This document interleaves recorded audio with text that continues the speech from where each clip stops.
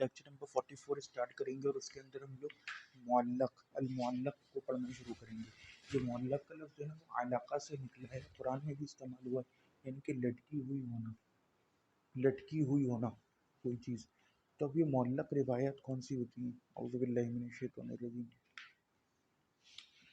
اسقاط الاسناد بین الراوی و بین من روا عنہ. یہ بھی یعنی کہ وہی ایک طرح سے وہ تدلیس کی فارم ہے کہ راوی اور جس سے وہ روایت کر رہا ہے اس کے درمیان کی سند گر جائے, لیکن اس میں کبھی کبھار پوری لمبی سند بھی گر سکتی ہے. تو ایسی روایت کو معلق کہتے ہیں. فرق کیا ہوا؟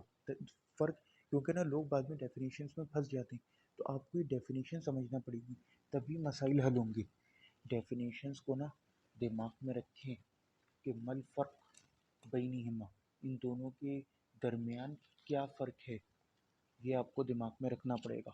تو المعلق جو ہے نا وہ ایسی روایت ہے, ایسی ہم آسان کرنے کے لیے کہہ سکتے ہیں ایسی تدلیس یا ارسال والی روایت جس میں پوری سند حذف ہو.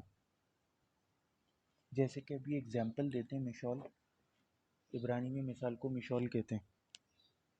کا قولی بخاری, جیسے امام بخاری اپنی کتاب میں کئی جگہ کہتے ہیں حدیثوں مین حدیث لانے سے پہلے باب کے نام کے نیچے کہ ان رسول اللہ صلی اللہ علیہ وسلم او قال رسول اللہ صلی اللہ علیہ وسلم او قال فلان. تو اب یہ امام بخاری اور رسول اللہ کے درمیان تو 150-200 سال کا فاصلہ ہے. انہوں نے کہاں سے رسول اللہ سے بیان کر دیا, انہوں نے کہاں سے رسول اللہ کو سنا؟ تو سنا نہیں ہوتا, بس بیان کرتے تھے. جیسے آج کل بھی ہم لوگ معلق روایت نقل کرتے ہیں کہ ہم کہتے ہیں کہ رسول اللہ نے فرمایا. یہ احتیاط تو بہت کم لوگ کرتے ہیں نا کہ حدیث کا حوالہ دے دیں, نمبر دے دیں پھر بھی بچ جائیں گے, کہلائے گی تب بھی معلق. لیکن اگر ہم جو ہے وہ حوالہ دے دیں گے تو پھر بھی بات بن جائے گی. تو یہ معلق روایت ہوئی. وَقَقَوْلِهِ أَيْضًا, اور اسی طرح ان کا قول وَيُذْكَرُ عَنْ أَبِي هُرَيْرَةَ, اور ابو ہریرہ سے ذکر کیا جاتا ہے. یہ مجہول کا صیغہ ہے, ذکر یذکرو سے یذکرو, تو یہ مجہول کا صیغہ ہے یعنی پیسو وائس, کہ ابو ہریرہ سے نقل کیا جاتا ہے, ذکر کیا جاتا ہے. ابھی بھائی بیچ میں کتنے سارے لوگ ہیں, ان کا تو واسطہ ہی نہیں ہے, ذکر ہی نہیں کیا نام. وَهَذِهِ الْأَصْلُ فِيهَا الْانْقِطَاعُ, اور یہی وہ اصل ہے جو بیچ میں انقطاع بنتی ہے یعنی کہ ٹوٹنے کا سبب. وقد يعرف اتصالها, اور اگر اس کا جو ہے وہ جان لیا جائے کہ یہ متصل ہے, فالحکم فیہا للاسناد, تو پھر کیا کہتے ہیں اس کا حکم لگایا جائے گا اس کی سند کے مطابق. یعنی کہ اصل تو یہ کہ اس میں انقطاع ہے. اب ہمیں کسی اور کتاب میں اس کی سند مل جائے بالفرض, ایسے بہت سارے امام بخاری کی تعلیقات ہیں جن کا مصنف ابن ابی شیبہ وغیرہ میں مل جاتی ہیں سندیں, لیکن پھر ان کا حساب اس اعتبار سے اس تعلیق پر حکم لگایا جائے گا کہ آیا وہ سند جو دوسری کتاب میں ملی ہے وہ صحیح ہے یا نہیں. وکیلا, اور کہا جاتا ہے ما یخرج البخاری معلقا مجزوما بھی کقولہ ان نبی صلی اللہ علیہ وسلم قال رسول او قال فلان فهو صحیح. تو وہ کہتے ہیں بالجزم, مجزوم کا مطلب ہے کہ جب کبھی امام بخاری جو ہے وہ معلق روایت نقل کریں, ویسے ہم جو پیراگراف پڑھنے والے ہیں تھوڑا عجیب ہے لیکن چلیں پھر بھی پڑھ جاتے ہیں, ہمارے شیخ صاحب نے تو اس کو پسند نہیں فرمایا. بہرکیف امام بخاری نے جب بھی وہ کسی معلق روایت کو لائیں جزم کے ساتھ, یعنی کہ صرف یہ کہیں کہ نبی کریم صلی اللہ علیہ وسلم فرمایا یا رسول اللہ سے روایت ہے, یا یہ کہیں کہ فہو صحیح, تو کچھ لوگ یہ کہتے ہیں کہ یہ صحیح ہے. وفی نظر مطلقاً, اور اس کے اندر جو ہے وہ مطلق نظر ہے. وَإِنْ كَانَ الْغَالِبُ عَلَيْهِ الصِّحَّةُ, اور غالب یہی ہے کہ وہ صحیح ہے. لیکن فی بعض یہ نظر من قبل اسنادی,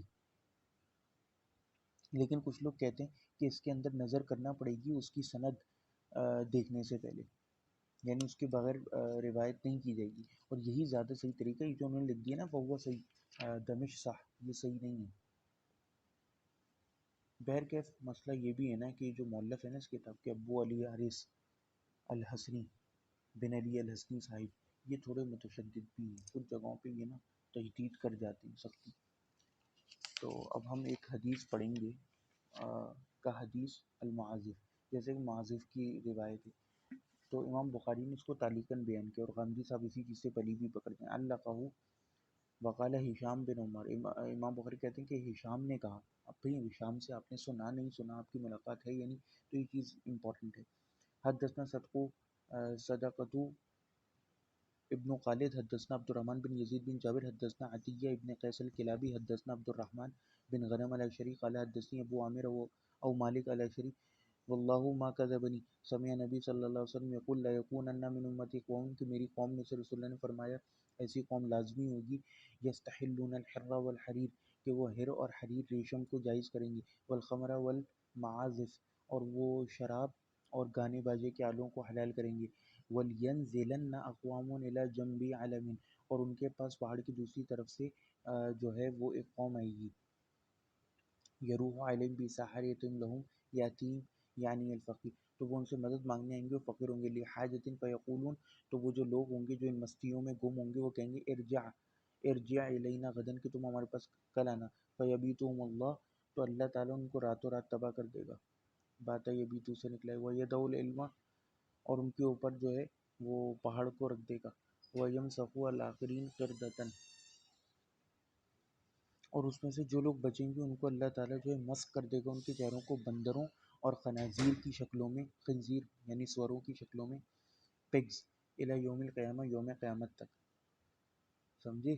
تو یہ حدیث ہے صحیح بخاری میں 5590 کے نمبر پہ، اور ابن حزم نے بھی اس کو معلق کیا، اور ابن حزم اسی کی وجہ سے معازف کو جائز سمجھتے تھے، ابن حزم الظاہری. وفی اسنادی نظر وفی تصحیح تجاذب مشہور، کہ اب یہ جو مصنف ہے نا یہ ہیں بہت سخت، یہ کہتے ہیں کہ بھئی اس کی سند میں نظر ہے اور یہ جو ہے صحیح نہیں ہے، اور بہت اس میں کھینچا تانی کی گئی ہے اس کو صحیح بنانے میں، لہٰذا وہ تو صحیح نہیں مانتے، لیکن یہ روایت صحیح ہے کیونکہ امام بخاری کی ہشام سے نا سما وما ثابت ہے، اور اس کے اور بھی بہت سارے دلائل ہیں جو دوسری کتب میں. شیخ ناصر الالبان جو ہے نا وہ اس میں پھر جو ہے نا بات آگے چلتی ہے، وہ اثر پھر بھی ایک اثر نقل کرتے ہیں کہ ابن عمر جو ہیں وہ ہاتھوں کے اوپر یعنی کہ نیچے جاتے تھے. اللہ کو وقال نافع، کہ ابن عمر جو ہیں کانا، ابن عمر یدو یدی قبل رکبتی، کہ وہ اپنے ہاتھ رکھتے تھے اپنے گھٹنوں سے پہلے. لیکن یہ معلق روایت ہے، اس کی سندی وفی اللہ، امام ترمذی نے حدیث نمبر 269 اور 268 کے اندر نا اس کو بہت واضح کیا ہے، اور لیس سند صحیح موجود ہے، اور اس کی کوئی صحیح سند موجود نہیں ہے. اور شیخ ناصر الالبان کہتے ہیں کہ جو کچھ اس باب میں ہے فی حاضل باب وہوا معلول ولیس شیء ثابت، اور اس میں کوئی بھی چیز ثابت نہیں ہے. شیخ عبدالعزیز الطریفی بھی یہی کہتے ہیں. تو اس کے اوپر ہم باقاعدہ ایک الگ سے عنوان بنا کے نا چڑھائیں گے، جس کے اندر ہم یہ تمام احادیث نقل کریں گے. لیکن جو اوپر والی روایت ہے نا وہ تو صحیح ہے کیونکہ اس کی پوری سند نقل کی ہے، بس ایک جگہ قالہ کا مسئلہ آ رہا ہے تو وہ چیز جو ہے نا ثابت ہے. پھر ہم اس کے اندر پڑھتے ہیں اثری عائشہ و ابن عباس، کہ عائشہ اور ابن عباس کا اثر تاخیر و زیارہ اللیل، کہ انہوں نے فرمایا ہے کہ زیارت میں رات تک تاخیر جو ہے اس کے حوالے سے. تو اس کو تعلیقاً نقل کیا امام بخاری نے، وقال ابو زبیر عن عائشہ و ابن عباس عنہ، اور انہوں نے ڈائریکٹ یہ کہہ دیا کہ ابو زبیر عائشہ سے کہ اخر نبی صلی اللہ علیہ وسلم زیارہ اللیل، کہ نبی کریم صلی اللہ علیہ وسلم زیارت کو رات تک مؤخر کر دیا. وفی اسنادی نظر، اور اس کی سند میں نظر تنبیہ، کثیر من المعلقات یروی البخاری بالمعنی، کہ یعنی کہ وہ لفظاً اس کو نقل نہیں کرتے تھے اکثر جو تعلیقات کو، بلکہ بالمعنی نقل کرتے تھے. یہ بھی شاید ہم نے شروع میں پڑھا ہے کہ بالمعنی اور باللفظ جو ہے وہ روایت کیا ہوتی ہے. صرف جو فقیہ ٹائپ کے لوگ ہوتے ہیں وہ بالمعنی روایت کر سکتے ہیں، باقیوں کو بالالفاظ کرنی ہوگی، باللفظ. فائدہ لم اجد اللہ کا لفظی معلق او تعلیق فی لسان الائمہ النقاد اللہ طول نظری فی کتب الاولین. وہ کہتے ہیں کہ بھئی میں نے نہیں پایا کہ معلق اور تعلیق کا لفظ جو ہے نا یہ ائمہ متقدمین جو شروع کے نقاد تھے وہ استعمال کرتے ہوں اپنی کتب میں. ولعل اول من عرف عنہ من النقاد استعمال المعلق ہوا الدارقطنی وتابعہ علیہ الحمیدی فی الجمع بین الصحیحین، اور اس کا زیادہ استعمال جو ہے وہ شروع ہوا ہے دارقطنی کے بعد، امام دارقطنی کے بعد، اور پھر ان کی اتباع کی حمیدی نے اپنی جمع بین الصحیحین جو کتاب ہے اس کے اندر. تو یہاں پر نا یہ معلول کا جو ہے نا ٹاپک وہ ختم ہو جاتا ہے. اچھا اس کے اندر نا ایک تعلیق ہے الأصلية الخارج صحیح البخاری ولعل هذا السر في عدم وقوف من تتبع ليقضي على أصلية خارج صحیح البخاری۔ وہ کہتے ہیں کہ شاید یہی وجہ ہے کہ ہمیں بخاری کے باہر نہ ان کی تعلیقات اتنی آسانی سے ملتی نہیں ہیں۔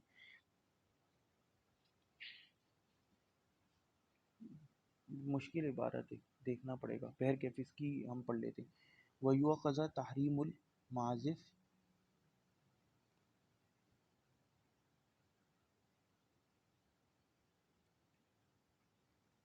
وہ کہتے ہیں کہ معازف کی جو تحریم ہے نا وہ لی گئی ہے من ادلہ اخرى، اور بھی بہت ساری دوسرے دلائل ہیں ان سے۔